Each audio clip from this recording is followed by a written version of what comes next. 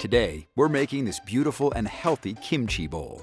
Smoky Farro pilaf is topped with spicy and tangy cabbage carrot kimchi and a rich poached egg. This dish makes a satisfying and hearty meal.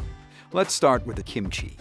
In a mixing bowl, combine some chopped cabbage, shredded carrots, thinly sliced white onion, and some coarsely chopped green onions. In a separate bowl, combine some gochujang, which is fermented Korean red pepper paste, chopped garlic, soy sauce, rice vinegar, sesame seeds, sesame oil, salt and pepper, and vegan fish sauce.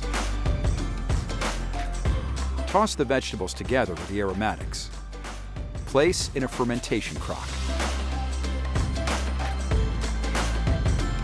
Cover but do not seal and allow to ferment for 2 to 3 days.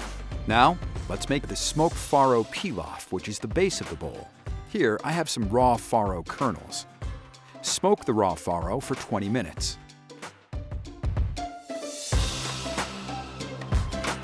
Next, soak the farro for another 20 minutes with some Knorr Professional Ultimate Vegetable Base to give the farro a rich and savory flavor. Bring to a boil, then reduce to a simmer and cover. Simmer for 30 minutes until tender. Strain and set aside, keeping the farro warm.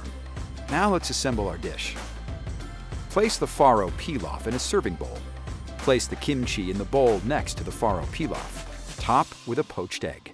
Last but not least, drizzle generously with Hellmann's spicy mayo for a nice creamy and rich garnish. This vegetable-packed meal features a range of flavors, from smoky and savory to spicy and tangy.